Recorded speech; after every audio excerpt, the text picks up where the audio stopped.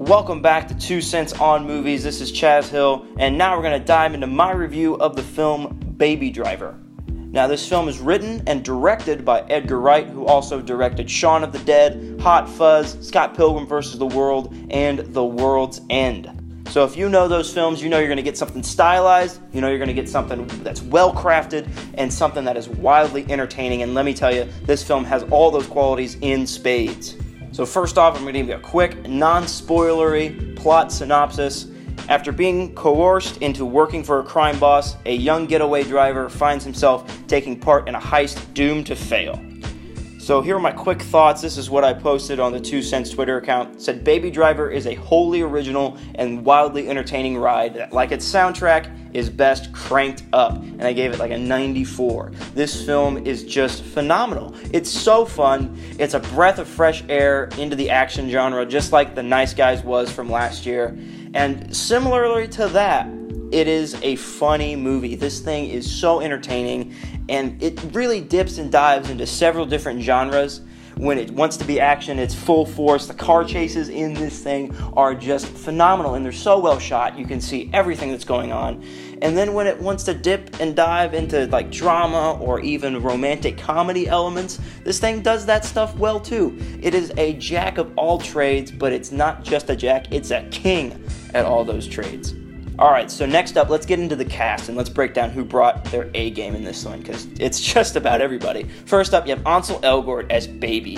You may remember him from The Fault in Our Stars, and I thought he was very good in that for what he had, and I really do like that film, but Ansel Elgort really brings it here, and you'll fall in love with this character because it's so unique and so different that his tics and qualities and just the mannerisms that he has are just endearing, and you do really feel for this kid for what the stuff he has to go through. Won't get into spoilers, but he goes through some pretty heavy stuff, and you really understand where he comes from and kind of like why he fell into the life of crime, and you really understand his backstory well, and it's a really fleshed out character. Moving on down the billing, you have the one, the only, Kevin Spacey. Man, this dude is just having so much fun with this role. You can tell he's having a good time, and the material for him is just great. It's perfect for him. He's perfectly cast as this crime boss, and he might be hamming it up a little bit sometimes, but you just can't help but love it because it's Kevin freaking Spacey. Then next up, you have probably the standout of the movie from the supporting cast, Jon Hamm. He brings it in this movie. I didn't know he was going to be in. He's in the movie quite a bit, probably about as much as Kevin Spacey is. And he's a real standout. He's great. He plays one of the members of the crew that Kevin Spacey assembles.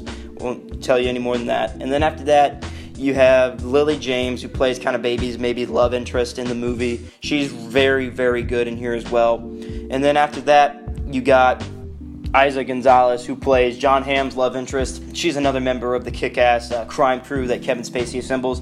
And then finally, and last but certainly not least, you have Jamie Foxx, who plays another member of the crew, and he is just off-the-wall bonkers in this movie, but he's kind of hamming it up a little bit too, but you can't help but laugh at it and just be wildly entertained because that's what this movie does. It throws it all out the window and just tries to have fun, and it so works. All of it works. The craftsmanship on this film is top-notch. There's some incredible cinematography. There's long takes of just incredible action, and then long takes that are not action, and you're still just enthralled by the craftsmanship of this film. Is it perfect? No. If I had to say some negatives, I'd say it's probably 10 minutes too long, maybe. Like, you can sometimes feel it dragging, but just for an instant, and then it kicks back in again. But it might be 10 minutes too long. And then the ending, no spoilers, don't worry. I'm just saying that it wraps up very abruptly, I think, maybe, and kind of just ties it off really fast. Not that the ending is bad, but it just goes from story stuff to wrapping the film up very, very quickly. Those are the only negatives I can really say about this film. Everything else is just so fun and so well crafted that you just can't hold a candle to it anymore.